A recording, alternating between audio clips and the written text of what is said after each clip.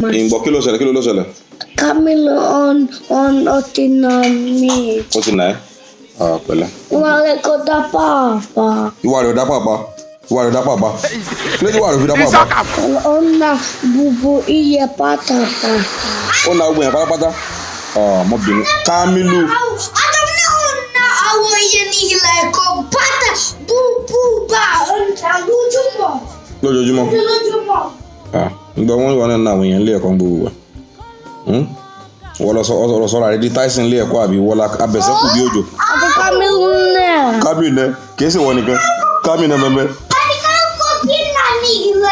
Kamilu kì í ná àwọn ilé ẹ̀kọ́. Kíbi ilẹ̀. Ibi ilé ló ti máa ń ná yẹn.